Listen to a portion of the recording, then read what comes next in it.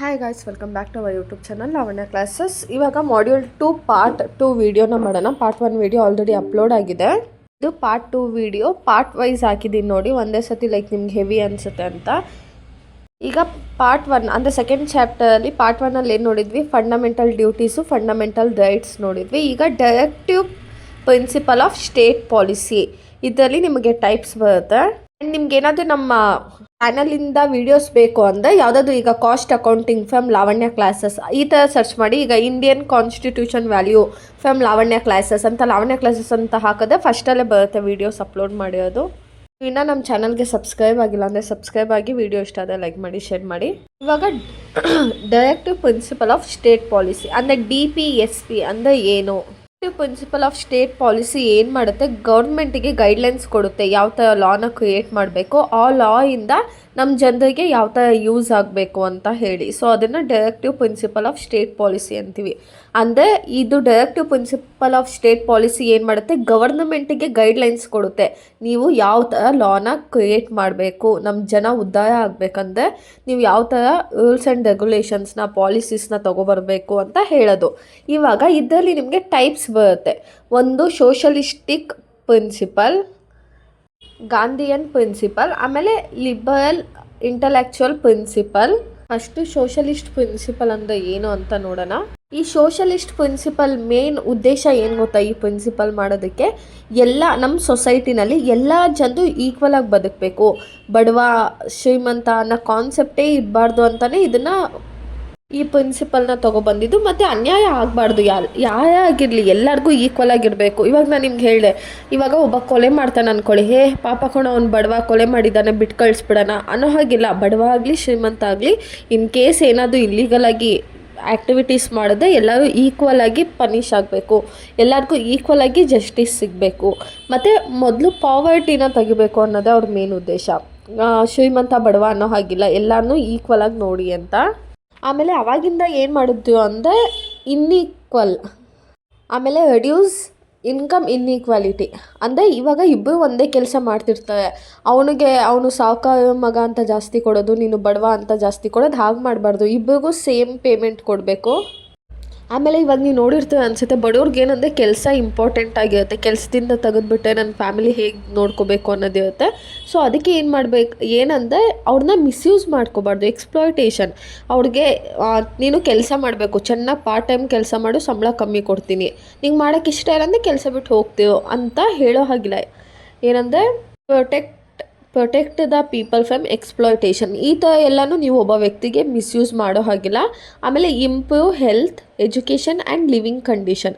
ಅಂದರೆ ಎಲ್ಲರಿಗೂ ಈಕ್ವಲ್ ಆಗಿ ಹೆಲ್ತ್ ಟ್ರೀಟ್ಮೆಂಟ್ ಸಿಗಬೇಕು. ಸೊ ಅದಕ್ಕೇ ಗೌರ್ಮೆಂಟ್ ಹಾಸ್ಪಿಟಲು, ಈಗ ಪ್ರೈವೇಟಲ್ಲೂ ಅಷ್ಟೇ, ನೀವು BPL ಕಾರ್ಡ್ ತೊಗೊಂಡು ಇಷ್ಟು % ಡಿಸ್ಕೌಂಟ್ ಸಿಗುತ್ತೆ, ಕೆಲವೊಬ್ಬರಿಗೆ ಫುಲ್ ಡಿಸ್ಕೌಂಟ್ ಸಿಗುತ್ತೆ. ಆಮೇಲೆ ಎಜುಕೇಷನು ಅಷ್ಟೇ, ಎಜುಕೇಷನಲ್ಲಿ ಪಾರ್ಶಲಿಟಿ ಮಾಡಬಾರ್ದು. ಇವಾಗ ನೀವು ನೋಡಿರ್ತೀವಿ ಅನಿಸುತ್ತೆ, ರೈಟ್ ಟು ಎಜುಕೇಷನ್ RTE ಅಂದರೆ ಸುತ್ತಮುತ್ತ 10 ಕಿಲೋಮೀಟ್ರಲ್ಲಿ ಏನಾದರೂ ಗೌರ್ಮೆಂಟ್ ಸ್ಕೂಲ್ ಇಲ್ಲ ಅಂದರೆ ನೀವು ಯಾವ ಪ್ರೈವೇಟ್ ಸ್ಕೂಲಿಗೆ ಬೇಕಾದರೂ ಜಾಯ್ನ್ ಆಗ್ಬೋದು. ಅಂದರೆ ಫೀಸ್ ಇರಲ್ಲ ನಿಮಗೆ. ಇಷ್ಟು ವರ್ಷ ಫ್ರೀಯಾಗಿ ನೀವು ಈ ಗೌರ್ಮೆಂಟ್ ಸ್ಕೂಲಲ್ಲಿ ಏನು ಫೆಸಿಲಿಟಿ ಕೊಡ್ತಾರೋ ಅದೇ ಥರ ಪ್ರೈವೇಟ್ ಸ್ಕೂಲಲ್ಲಿ ₹1 ದುಡ್ಡನ್ನ ಇಸ್ಕೊಳ್ದೆ ನಿಮಗೆ ಎಜುಕೇಷನ್ನ ಪ್ರೊವೈಡ್ ಮಾಡ್ತಾರೆ. ಆಮೇಲೆ ಇನ್ನೊಂದೇನೆಂದರೆ ಈಕ್ವಲ್ ಆಗಿ ಪೇ ಮಾಡಬೇಕು.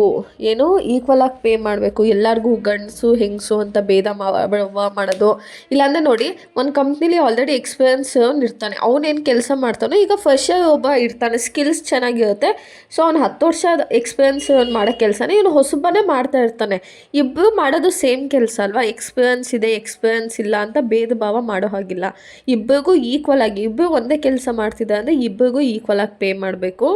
ಇದು ಸೋಷಲಿಸ್ಟ್ ಪ್ರಿನ್ಸಿಪಲ್ ಏನೇನು ತೊಗೊಬಂತು ಅಂದರೆ ಮಿಡ್ ಡೇ ಮೀಲ್ ಸ್ಕೀಮ್ ಅಂತ. ಈಗ ನೀವು ನೋಡಿರ್ತೀರ ಅನಿಸುತ್ತೆ, ಒಂದೊಂದು ಕಡೆ ಮಧ್ಯಾಹ್ನದ ಹೊತ್ತು ಊಟ ಹಂಚ್ತಾ ಇರ್ತಾರೆ, ಹಾಸ್ಪಿಟಲ್ ಸೈಡಲ್ಲೆಲ್ಲನೂ ಅಷ್ಟೇ, ಯಾವುದೋ ಒಂದು ಟ್ರಸ್ಟ್ ಕಡೆಯಿಂದ ಊಟನ ಕೊಡ್ತಾ ಇರ್ತಾರೆ.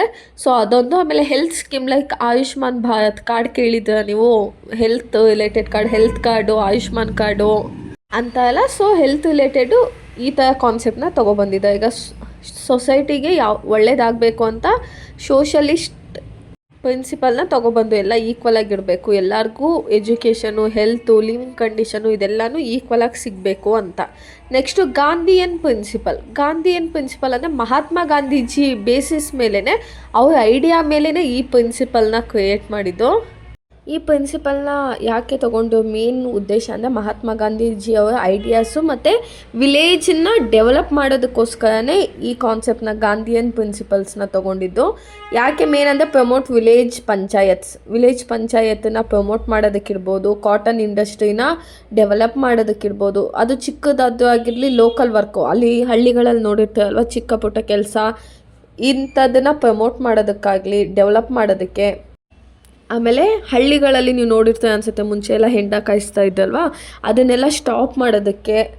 ಮತ್ತು ಅಲ್ಲಿ ವೀಕರ್ ಸೆಕ್ಟರ್ಸ್ ಅಂತ ಇರುತ್ತಲ್ವ, ತುಂಬ ಬಡವರು ಆ ಥರ ಜನರ ಲೈಫನ್ನ ಇಂಪ್ರೂವ್ ಮಾಡೋದಕ್ಕೆ. ಮತ್ತು ಹ್ಯಾಂಡ್ಲೂಮ್ಸ್ ಇರ್ಬೋದು, ಈಗ ಕೈಯಿಂದ ಮಾಡೋ ಕ್ರಾಫ್ಟ್ ಐಟಮ್ ಇರ್ಬೋದು, ಇಲ್ಲಾಂದರೆ ಕೌಗಳನ್ನು ಪ್ರೊಟೆಕ್ಟ್ ಮಾಡೋದಿರ್ಬೋದು, ಇಂಥದಕ್ಕೆಲ್ಲನೂ ಗಾಂಧಿಯನ್ ಪ್ರಿನ್ಸಿಪಲ್ನ ತೊಗೊಬಂದರು. ನೀವು ನೋಡಿರ್ತೀರ ಅನಿಸುತ್ತೆ, ನಮ್ಮ ಬೆಂಗಳೂರಲ್ಲೂ ಇದೆ ಮತ್ತು ಹಳ್ಳಿಗಳಲ್ಲಿ ಜಾಸ್ತಿ ಇದೆ.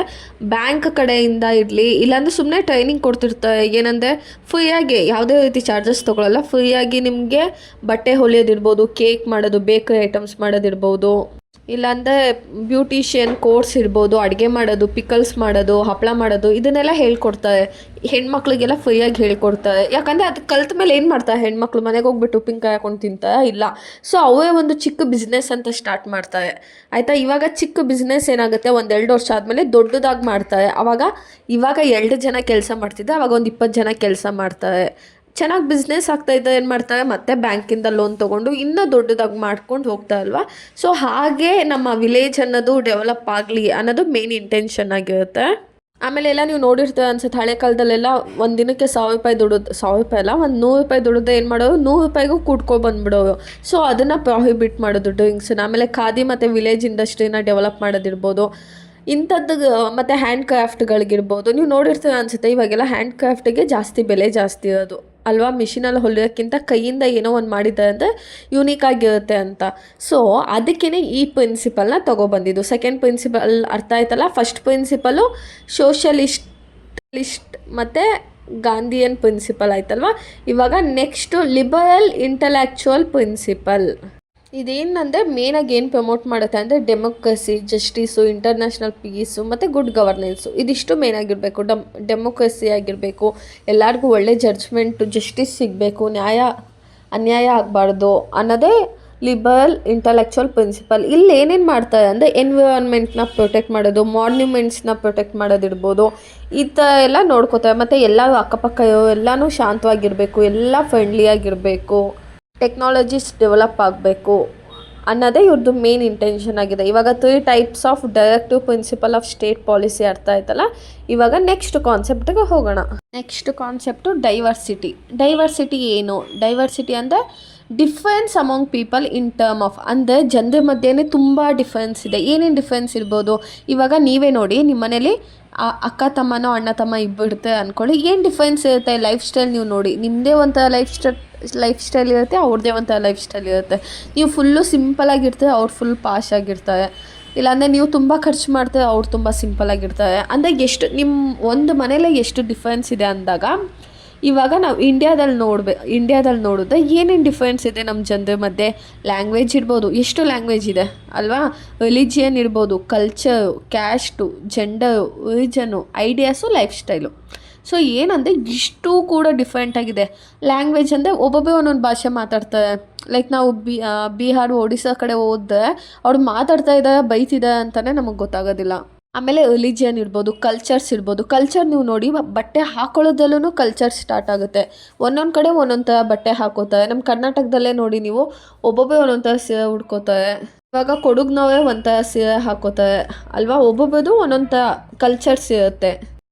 ಆಮೇಲೆ ನೆಕ್ಸ್ಟು ಕ್ಯಾಸ್ಟ್ ಅಂತೂ ಬೇಜಾನಿದೆ. ಇವಾಗ ಕನ್ನಡ, ಈಗ ಗೌಡಾಸ್ ಅಂತ ಬಂತು ಅಂದ್ಕೊಳ್ಳಿ, ಗೌಡಾಸಲ್ಲೇ ತುಂಬ ಕ್ಯಾಸ್ಟ್ ಇದೆ, ಅದರಲ್ಲೇ ತುಂಬ ಟೈಪ್ಸು ಇರುತ್ತೆ. ಜೆಂಡರ್ ಒಂದು ಮೇಲು, ಫೀಮೇಲು, ಟ್ರಾನ್ಸ್ಜೆಂಡರು. ಮತ್ತು ಐಡಿಯಾಸು ಅಷ್ಟೇ, ಒಬ್ಬೊಬ್ಬಲ್ಲಿ ಒಂದೊಂಥರ ತುಂಬ ಯೂನಿಕಾಗಿ ಐಡಿಯಾಸ್ ಬರುತ್ತೆ. ಮತ್ತು ಲೈಫ್ ಸ್ಟೈಲು ಅಷ್ಟೇ ಡಿಫ್ರೆಂಟಾಗಿರುತ್ತೆ. ಇವಾಗ ನಾವು ಏನು ನೋಡ್ತೀವಿ ಅಂದರೆ, ಇವಾಗ ಹಿಂದಿ, ತೆಲುಗು, ತಮಿಳು, ಕನ್ನಡ, ಮರಾಠಿ, ಬೆಂಗಾಲಿ ಇಷ್ಟು ಭಾಷೆ ಮಾತಾಡೋರನ್ನ ನೋಡ್ತೀವಿ. ಆಮೇಲೆ ನಾವು ರಿಲಿಜಿಯನ್ ಅಂತ ಬಂದರೆ ಹಿಂದೂಯಿಸಮು, ಕ್ರಿಶ್ಚನು, ಸಿಕ್ಕು ಇದನ್ನು ನೋಡ್ತೀವಿ. ಆಮೇಲೆ ಊಟಗಳು ನೀವು ನೋಡಿರ್ತೀರ ಅನಿಸುತ್ತೆ, ಸಖತ್ ನಮ್ಮ ಕರ್ನಾಟಕದಲ್ಲಂತೂ ನೀವೇ ಒಂದೊಂದು ಸೈಡ್ ಹೋದರೆ ಒಂದೊಂದು ಒಳ್ಳೆ ಬೊಂಬಾಟ್ ಭೋಜನ ಸಿಗುತ್ತೆ ನಮಗೆ. ಅಂದರೆ ಸೇಮ್ ಇರುತ್ತಾ, ಇವಾಗ ನಾವು ಬೆಂಗಳೂರಲ್ಲಿದ್ದೀವಿ, ನಾವು ಡೈಲಿ ಚಪಾತಿ ಇಲ್ಲ ಮುದ್ದೆ ತಿಂತೀವಿ. ಅದೇ ಕೆಲವೊಂದು ಕಡೆ ಹೋದರೆ ನೀವು ಜಾಸ್ತಿ ಜೋಳದ ರೊಟ್ಟಿನೇ ತಿಂತಾರೆ. ಇಲ್ಲ ಮಂಡ್ಯ ಸೈಡು ಫುಲ್ಲು ಕಂಪ್ಲೀಟ್ ನಾಟಿ ಕೋಳಿ ಸಾರು ಮುದ್ದೆ, ಅಂದರೆ ಇದೇ ಥರ ತಿಂತಾ ಇರ್ತಾರೆ ಅಲ್ವಾ. ಆಮೇಲೆ ಬಟ್ಟೆ ಹಾಕೊಳ್ಳೋದಿರ್ಬೋದು, ಇಲ್ಲ ಹಬ್ಬಗಳನ್ನು ಆಚರಣೆ ಮಾಡೋದಿರ್ಬೋದು, ನೀವು ನೋಡಿರ್ತೀರ ಅನಿಸುತ್ತೆ, ಇದೆಲ್ಲ ಜಾಸ್ತಿ ಇರುತ್ತೆ. ಸೊ ಇದನ್ನು ನಾವು ಡೈವರ್ಸಿಟಿ ಅಂತ ಹೇಳ್ತೀವಿ. ಅರ್ಥ ಆಯ್ತಲ್ವ? ಡೈವರ್ಸಿಟಿ ಅಂತ ಅಂದರೆ ಏನಂದರೆ ಡಿಫ್ರೆನ್ಸ್ ಅಮಾಂಗ್ ಪೀಪಲ್ಸ್ ಇರುತ್ತೆ, ಅಂದರೆ ತುಂಬ ಡಿಫ್ರೆನ್ಸ್ ಇರ್ತಾರೆ ಜನರುಗಳ ಮಧ್ಯೆ ಅಂತ. Next concept inclusiveness. ಏನು ಇನ್ಕ್ಲೂಸಿವ್ನೆಸ್ ಅಂತ ಅಂದರೆ ಇನ್ಕ್ಲೂಸಿವ್ ಅಂತ ಅಲ್ವಾ, ಅಂದರೆ ಏನು ಪ್ರತಿಯೊಬ್ಬನೂ ನಾವು ಅಕ್ಸೆಪ್ಟ್ ಮಾಡ್ಕೋಬೇಕು, ಪ್ರತಿಯೊಬ್ಬರಿಗೂ ನಾವು ರೆಸ್ಪೆಕ್ಟ್ ಕೊಡಬೇಕು, ಮತ್ತು ಎಲ್ಲರಿಗೂ ಈಕ್ವಲ್ ಆಪರ್ಚುನಿಟೀಸ್ ಕೊಡಬೇಕು. ಇವಾಗ ನಾವು ಡೈವರ್ಸಿಟಿಲಿ ಏನು ನೋಡಿದ್ವಿ, ಒಬ್ಬೊಬ್ಬರು ಒಂದೊಂದು ಥರ ಡಿಫ್ರೆಂಟ್ ಆಗಿರ್ತಾರೆ ಅಂತ. ಇನ್ಕ್ಲೂಸಿವ್ನೆಸ್ಸಲ್ಲಿ ಏನಂದರೆ ಅವನು ಹೆಂಗಾದರೂ ಇರಲಿ, ಯಾವ ಥರ ಆದರೂ ಬಟ್ಟೆ ಹಾಕ್ಕೊಳ್ಳಿ, ಯಾವುದಾದ್ರೂ ಕಲ್ಚರ್ ಫಾಲೋ ಮಾಡಲಿ, ಆದರೆ ಅವನನ್ನು ನಾವು ಅಕ್ಸೆಪ್ಟ್ ಮಾಡ್ಕೋಬೇಕು. ಇವಾಗ ನೀವೊಂದು ಕ್ಯಾಸ್ಟು, ನೀವು ಹಿಂದೂ ಒಂದು ಮುಸ್ಲಿಮ್ ಅಂದ್ಕೊಂಡೆ ನೀನು ಮಾತಾಡಬೇಡ ಅನ್ನೋ ಹಾಗಿಲ್ಲ. ಇಬ್ಬರೂ ಒಟ್ಟಿಗೆ ಇರಬೇಕು, ಮತ್ತು ಒಬ್ಬರು ಇನ್ನೊಬ್ಬರಿಗೆ ರೆಸ್ಪೆಕ್ಟ್ ಕೊಡಬೇಕು, ಮತ್ತು ಇಬ್ಬರಿಗೂ ಈಕ್ವಲ್ ಆಪರ್ಚುನಿಟೀಸ್ ಕೊಡಬೇಕು. ಯಾರು ಒಬ್ಬನೂ ಬಿಡೋ ಹಾಗಿಲ್ಲ. ಇಲ್ಲಾಂದರೆ ನೀನು ಬಡವ, ನೀನು ಶ್ರೀಮಂತ, ನೀನು ಮತ್ತೆ ಕೆಲಸ ಮಾಡು, ನೀನು ಬಡವ ಕೆಲಸ ಮಾಡಬೇಡ, ಇಲ್ಲಿ ಮಾಡಬೇಡ, ಅಲ್ಲಿ ಮಾಡಬೇಡ ಅಂತೆಲ್ಲ ಹೇಳೋ ಹಾಗಿಲ್ಲ. ಆಯಿತಾ? ಎಲ್ಲರನ್ನೂ ಈಕ್ವಲ್ ಆಗಿ ಟ್ರೀಟ್ ಮಾಡಬೇಕು. ಆಮೇಲೆ ಇದ್ರಲ್ಲಿ ಮೇನ್ ಇಂಪಾರ್ಟೆಂಟ್ ಥಿಂಗ್ ಏನಂದರೆ ಈಕ್ವಲ್ ಎಜುಕೇಷನ್ನ ಕೊಡಬೇಕು. ನೀನು ಹುಡುಗ ಮಾತ್ರ ಓದಬೇಕು, ಹುಡುಗಿ ಓದೋ ಹಾಗಿಲ್ಲ ಅಂತೆಲ್ಲ ಹೇಳೋ ಹಾಗಿಲ್ಲ. ಈಕ್ವಲ್ ಆಪರ್ಚುನಿಟೀಸ್ ಕೊಡಬೇಕು ಹುಡುಗ ಮತ್ತು ಹುಡುಗಿಗೆ. ಆಮೇಲೆ ಜಾಬನ್ನು ಆಫರ್ ಮಾಡಬೇಕು. ಯಾವ ಬೇಸಿಸ್ ಮೇಲೆ ಅಂದರೆ ಅವನು ಟ್ಯಾಲೆಂಟ್ ಮೇಲೆ ಕೊಡಬೇಕೆ ಹೊರ್ತು ಅವ್ನು ಯಾವ ಕ್ಯಾಸ್ಟು, ಯಾವ ರಿಲಿಜಿಯನು, ಬೆಳಗವನ ಕರ್ಗವನ ಅಂತೆಲ್ಲ ನೋಡಿಬಿಟ್ಟೆಲ್ಲ ಕೊಡೋ ಹಾಗಿಲ್ಲ. ಆಮೇಲೆ ಡಿಸಬಿಲಿಟಿ ಇರುತ್ತೆ ಗೊತ್ತಾ, ಅವ್ರಿಗೆ ಸ್ಪೆಷಲ್ ರಿಸರ್ವೇಷನ್ ಇವಾಗೆಲ್ಲ ಇದೆ, ಅಂದರೆ ಮುಂಚೆ ಎಲ್ಲ ತೊಗೋತಾ ಇರಲಿಲ್ಲ. ಸೊ ಅವ್ರಿಗೂ ಅಲೋ ಮಾಡಬೇಕು ಕೆಲಸ ಮಾಡೋದಕ್ಕೆ. ಡಿಸಬಿಲಿಟಿ ಇದೆ ಅಂತ ಅಂತ ಕಳಿಸೋ ಹಾಗಿಲ್ಲ. ಎಲ್ಲ ರಿಲಿಜಿಯನು ಕಮ್ಯುನಿಟಿ ಅವ್ರಿಗೆಲ್ಲನೂ ಸ್ಪೇಸ್ ಕೊಡಬೇಕು, ಮಾತಾಡೋದಕ್ಕಿರ್ಬೋದು. ಈ ಸೊಸೈಟಿನಲ್ಲಿ ಎಲ್ಲರೂ ಒಂದೇ ಅಂತಲೇ ಹೇಳ್ತಿರೋದು. ಎಲ್ಲರಿಗೂ ಈಕ್ವಲ್ ಆಗಿ ಆಪರ್ಚುನಿಟೀಸ್ ಕೊಡಬೇಕು, ಎಲ್ಲರ ಒಪಿನಿಯನ್ನು ಕೇಳಬೇಕು, ಎಲ್ಲರನ್ನೂ ರೆಸ್ಪೆಕ್ಟ್ ಮಾಡಬೇಕು, ಎಲ್ಲರನ್ನೂ ಅಕ್ಸೆಪ್ಟ್ ಮಾಡ್ಕೋಬೇಕು. ಸೊ ಇದೇನಂದರೆ ಇನ್ಕ್ಲೂಸಿವ್ನೆಸ್. ಈ ಥರ ಮಾಡೋದ್ರಿಂದ ಏನಾಗುತ್ತೆ ಅಂದರೆ ಡಿಸ್ಕ್ರಿಮಿನೇಷನ್ ಅನ್ನೋದು ಕಮ್ಮಿ ಆಗುತ್ತೆ. ಆವಾಗ ಎಲ್ಲರಿಗೂ ಆಗ್ಬೋದು ತಾನೆ. ಈಗ ನೋಡಿ, ನಮ್ಮ ಎಷ್ಟು ಪಾಪ್ಯುಲೇಷನ್ ಇದೆಯೋ ಅಷ್ಟು ಜನನೂ ಬೆಳೀತಾರೆ, ಅಷ್ಟು ಜನ. ಸೊ ಬೆಳೆದಾಗ ಏನಾಗುತ್ತೆ, ಎಲ್ಲ ಚೆನ್ನಾಗಿ ದುಡಿತಾರೆ, ಚೆನ್ನಾಗಿ ಸ್ಯಾಲ್ರಿ ಬರುತ್ತೆ. ಆವಾಗ ಆರಾಮಾಗಿ ಗವರ್ನಮೆಂಟು ಟ್ಯಾಕ್ಸನ್ನ ಕಟ್ಟಿಸ್ಕೋಬೋದು. ಸೊ ಜನ ಚೆನ್ನಾಗಿದ್ದರೆ ಗೌರ್ಮೆಂಟ್ ಚೆನ್ನಾಗಿರುತ್ತೆ. ಆಯಿತಾ?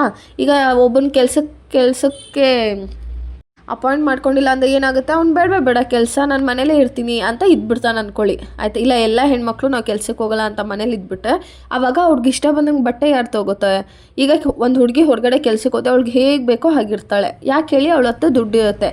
ಅದೇ ಮನೇಲಿದ್ದರೆ ದುಡ್ಡು ಇರಲ್ಲ, ಗಂಡ ಏನು ತಂದು ಕೊಡ್ತಾನೋ ಅದನ್ನು ಮಾತ್ರ ಯೂಸ್ ಮಾಡ್ತಾಳೆ. ಸೊ ಅವಾಗ ಏನಾಗುತ್ತೆ, ಗೌರ್ಮೆಂಟಿಗೆ ಅಷ್ಟೊಂದು ಟ್ಯಾಕ್ಸ್ ಸಿಗೋದಿಲ್ಲ. ಸೊ ಅದಕ್ಕೇ ಎಲ್ಲರೂ ಚೆನ್ನಾಗಿ ದುಡಿಬೇಕು, ಎಲ್ಲರೂ ಕೆಲಸ ಮಾಡಿ, ಹಾಗೆ ನೀವು ದುಡ್ಡಿದ್ದ ದುಡ್ಡಲ್ಲಿ ಇಷ್ಟು ಪರ್ಸೆಂಟು ನಮಗೆ ಟ್ಯಾಕ್ಸ್ ಕಟ್ಬಿಡಿ ಅಂತ ಅವ್ರಿಗೆ ಮೇನ್ ಇಂಟೆನ್ಷನು. ಮತ್ತು ಎಲ್ಲ ಜನರಿಗೂ ಫೀಲ್ ಆಗಬೇಕು, ಅಪ್ಪ ನಾನು ಸೇಫಾಗಿದ್ದೀನಿ, ನನ್ನನ್ನು ಮರ್ಯಾದೆ ಕೊಡ್ತಾರೆ, ನನ್ನ ಮಾತಿಗೂ ಒಂದು ವ್ಯಾಲ್ಯೂ ಇದೆ ಅಂತ ಫೀಲ್ ಆಗಬೇಕು. ಆ ಥರ ನಡ್ಕೋಬೇಕು. ಆಯಿತಾ? ಇದಿಷ್ಟು ಸೆಕೆಂಡ್ ಚಾಪ್ಟರಲ್ಲಿ ನಿಮ್ಗೆ ಇಷ್ಟೇ ಕಾನ್ಸೆಪ್ಟ್ ಬರೋದು.